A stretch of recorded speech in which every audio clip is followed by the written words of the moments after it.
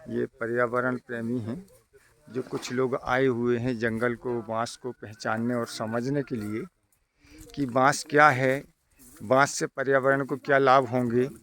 पूरे परिवार के सहित आज ये बांस के फार्म को समझने, देखने और भविष्य में अपने यहाँ भी जो इनकी पड़ी हुई खाली ज़मीनें हैं उस संदर्भ पर आए हुए हैं। आइए हम इनसे समझें कि इन्होंने बांस को देखकर क्या महसूस किया। सर नमस्कार जी। नमस्कार जी। क्या नाम है भाई साहब आपका? मेरा नाम विवेक जैन है। जी, कहाँ से हैं सर आप? मैं नैनपुर से आया हूँ। जी, और आपके साथ आपका पूरा परिवार है? हाँ हाँ। जी, बहन जी आप भी अपना परिचय दें। मेरा नाम दीप्ति जैन है। मैं वाइफ हूँ उनकी। जी बहुत ही गवर्नमेंट अच्छे। अपना बता।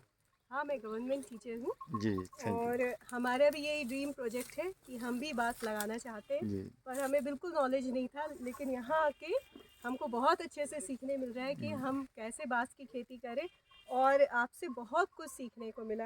अभी तो ऐसी कई चीज़ें थी जो हमें मालूम ही नहीं थी, लेकिन आपसे मिलने के बाद हमको पता चला कि वास्तव में हमको कैसे बांस की खेती करना चाहिए। आपके पास आके बहुत सारी चीज़ें सीखने मिली। मैं यही कहूँगी कि जो लोग भी इस प्रोजेक्ट में आना चाहते हैं या बैम्बू फार्मिंग करना चाहते हैं, वो आपसे एक बार आके अवश्य मिलें। जी मैडम जी, आपसे मिलके मुझे भी खुशियाँ हुई। किसान तो आते हैं, जी जी।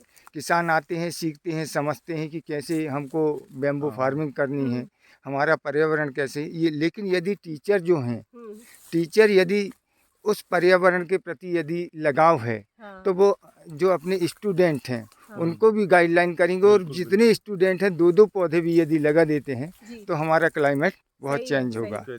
ये आप दो बच्चे हैं, प्यारे प्यारे से बच्चे हैं। मेरा नाम कबीर जैन है। और जी। मेरा नाम सिमरन जैन। अच्छा सिमरन बेटी, आपको यहाँ बैम्बू फार्म हाउस आने के बाद कैसा महसूस हुआ? काफ़ी आनंद महसूस हुआ। बहुत अच्छी चीज़ लगी है बांस और बांस की खेती। बहुत सारे इसके प्रयोग हैं, इनसे पानी रुक जाता है और जी मिट्टी भी एकदम, हमने देखा आपने बताया कैसी आपकी बंजर ज़मीन थी और उसको ऐसे उपजाऊ बना दिया। बहुत आनंद मिला यहाँ आके। तो आप पर्यावरण प्रेमियों को क्या कहेंगे कि पर्यावरण बचाने के लिए हमें क्या करना चाहिए? हर कोई बताता है, स्कूल में भी सब पढ़ते हैं, थोड़ा प्लास्टिक का कम उपयोग कीजिए, खेती जी बाड़ी कीजिए और ऐसा सीखे। आप जैसे लोगों से मिलिए और अपनी शिक्षा बढ़ाइए और खेतों की तरफ ध्यान दीजिए। Bamboo farming, bamboo. हाँ, बैम्बू लगाइए। बैम्बू लगाइए। बैम्बू से बढ़िया कोई मैं तो नहीं यही है कि कहना चाहता हूँ कि आपको ज़्यादा में नहीं करना, तो एटलीस्ट 1 एकड़ में ट्राई कीजिए, फिर उसके बाद प्रोडक्शन बढ़ाइए आपको अच्छा लगे तो, क्योंकि इससे आपका क्लाइमेट भी अच्छा होगा हाँ और आपकी वाटर होल्डिंग कैपेसिटी भी बढ़ती है मिट्टी की। हाँ। और आपकी इनकम का साधन भी बन रहा है। और जैसे ये मिट्टी अभी आपने बताए थे, यहाँ पे बहुत ज़्यादा पथरीली ज़मीन थी, मगर जैसे ही ये बैम्बू लगाई, ये ग्रो हुए, उसके बाद इनकी जो लीफ गिरी, इनसे यहाँ पे ऊपर मिट्टी अच्छी हो गई fertile हो और जो पत्थर रहते हैं उनके टुकड़े हो जाते हैं, जिससे ज़मीन और अच्छी होती जाती है। जी जी। अब यहाँ आप बाहर देखिए कि ज़मीन पूरी पथरीली है और यहाँ पे देखिए पूरी नरम मिट्टी है और यहाँ पे फर्टाइल भी ज़्यादा है, तो एटलीस्ट 1 एकड़ में लगाने का ट्राई कीजिए। जी थैंक यू सर। एक बात तो है कि यदि हम अपने बच्चों को कहीं घुमाने ले जाते हैं तो यदि हम प्राकृतिक वातावरण में इनको ले जाते हैं तो निश्चित ही कि उनको ज्ञान प्राप्त हुआ। बिल्कुल तो सही है। मैं सब पेरेंट्सों से यही कहूँगा कि हम जंगल की तरफ रुख करें, अपने बच्चों को ऑक्सीजन दें और जंगल से प्रेम करवाएं। तो आने वाला वातावरण जो है, जो हमारा एनवायरनमेंट चेंज हो चुका है, उसमें इन बच्चों के योगदान से कहीं बहुत सुधार होगा। सुधार हो सकता है। बिल्कुल। भाई साहब आप जो अभी पूछ रहे थे मुझे कि टुल्डा कैसा होता है। टुल्डा जहाँ हमारा प्लांट लगा हुआ है, शाम का समय है, अंधेला है, तो इसलिए वहाँ तक अभी हम पहुँच नहीं पाते, लेकिन कुछ टुल्डा के कटे हुए हैं। आइए चलते हैं, हम टुल्डा की खासियत दिखाते हैं।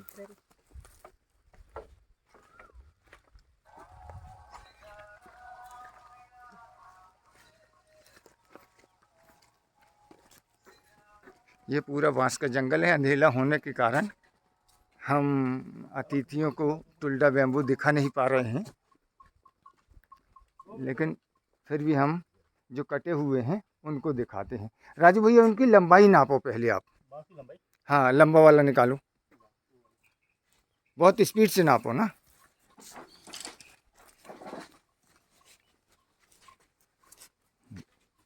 ये टुल्डा बैम्बू। भाई साहब ये समझने की हमको ज़रूरत है कि भाई साहब आइए, ये टुल्डा बैम्बू एक तो लाइट वेट होता है, ये अंदर आप देखेंगे गौर से तो ये देखिए ये काला जो दिख रहा है पानी पड़ा हुआ है जी जी काफ़ी समय से, लेकिन अंदर होल है होल है इसमें और पूरा। फ्लेक्सिबल है जी सीधा है एकदम। और जी।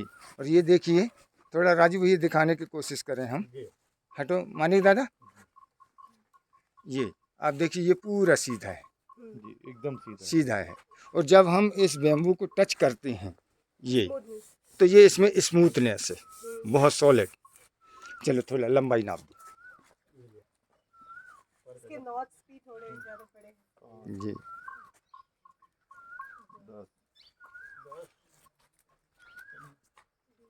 15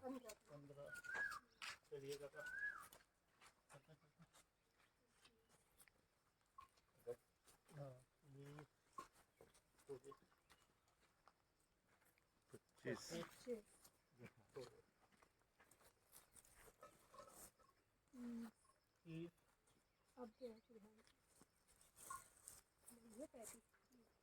33 लगभग 33 फीट का 33 फीट का। जी। चलो थोड़ा इनकी गठान से गठान की दूरी किसी भी की नाप दो यार राजू भैया ना। तो देश के अंदर जो किसान हैं कहते हैं कि टुल्डा हम कैसे पहचानें, तो कुल मिला के ये है इनकी नोड इंटर नोड देखें।